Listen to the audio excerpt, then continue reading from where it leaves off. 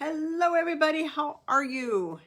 It is a beautiful Thursday, a little windy in Tucson, in Tempe, Arizona. A bit windy outside. We had to take down our blow-ups, our little blow-up toys. I want to talk to you today about flexibility, which is why I kind of started talking about the wind, because we have blow-up stuff, you know, snowmen and Grinches and all that we had to run out and take down last night. Flexibility, if 2020 has taught us anything, it's you have to be flexible. You have to kind of roll with the universe and understand that your plan and the universe's plan may not be one-on-one right then. And sometimes it's not. I mean, sometimes you'll be like, man, I am in the flow. Everything I do becomes a success. Everything I touch is amazing. And then there's other times it's like pulling teeth. But there's kind of a third time when the universe kind of plays a joke on you. You know, we had a meeting this morning at 9 o'clock. I was late out the door because I was playing with the dog, and I get to the office, I run in, I have like 15 minutes to get on the Zoom, and I check my email real quick, and the building says we're out of water as of 7 a.m. this morning. Now this is 8:34, I'm 8:40-ish. You're just now telling us that there was no water at 7 a.m. And maybe you might have known that the night before, but I'm going to go with 7 a.m. And you could have notified everybody instead of having everybody drive into this big office building to find out there's no water. Well, we've got a committee meeting. We're stuck. We've got to stay where we're at. Now, we could have got frustrated and mad and said, oh, geez, or you just kind of laugh it off and say, well, it is what it is, and we'll get to the meeting and then leave when the meeting's over. It's just how the universe is. I mean, you have your plans, and they might go smooth. They might go really well. And then there's the universe's plan, which may not be aligned quite with your plan.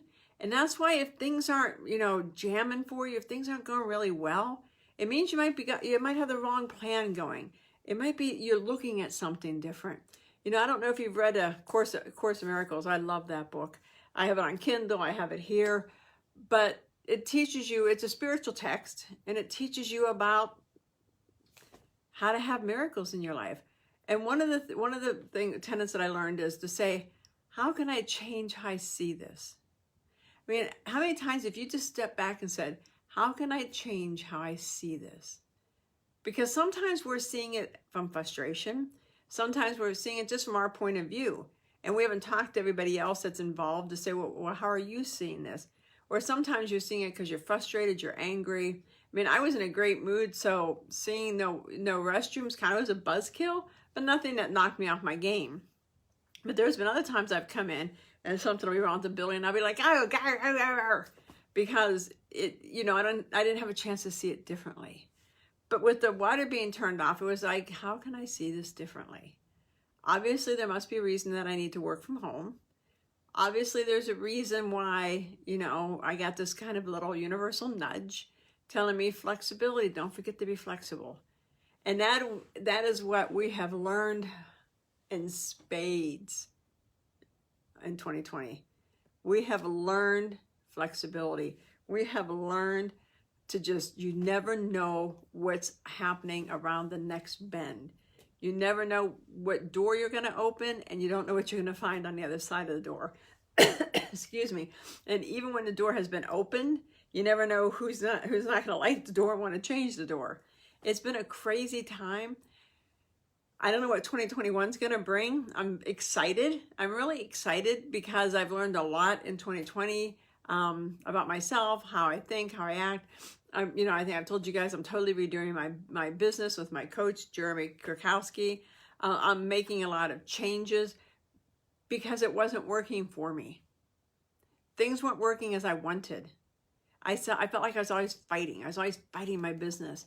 You know, my full-time job, Arizona Alpha, was great. Everything's, you know, flowing, although I need to make tweaks. I realized over 2020 that there's some missing pieces, some stuff that we kind of weren't focusing on, that we need to be razor focused on. So I learned a lot there.